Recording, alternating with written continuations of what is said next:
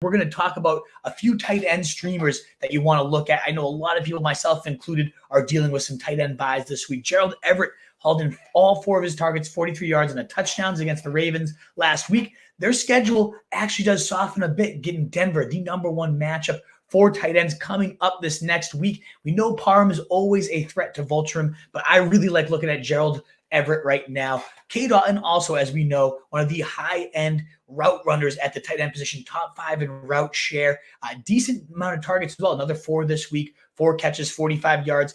Low ceiling. The guy just kind of stinks, but ultimately volume is really hard to come by at the tight end position, and we know Cade Otton will be running a ton of routes and seeing 4 to 6 targets regardless of it. And given that Indianapolis matchup, it could be a solid spot for him. Tucker Kraft filling in for Luke Musgrave has now scored a touchdown.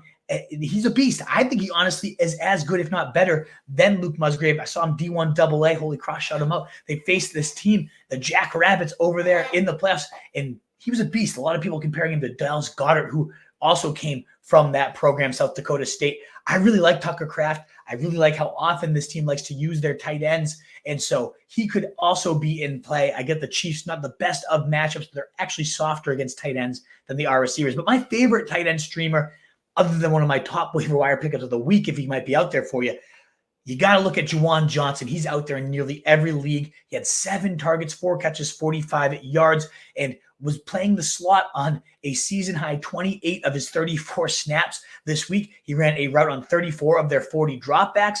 Meanwhile, Taysom Hill just had 12 of those routes as well, so a really nice bounce back in terms of share. We had Chris Olave getting hurt. We had Rashid Shaheed also getting knocked out. Both those guys seem doubtful at best to play this week. So Juwan Johnson could easily lead this team in targets, with the next man up being Lynn Bowden, A.T. Perry, who both maybe in really desperate deep leagues could be waiver wire plugins themselves. But I like to look to Juwan Johnson, a big wide receiver, a converted wide receiver that's labeled as tight end. I could see him having a really, really big day here in week 13 against a Detroit team that's getting dusted in their secondary these last few weeks. So those are some tight end streamers to help you out before I crack into that top 10. But let's break on in. And again, that thumbs up if you enjoy it, Wolfpack, would mean a lot.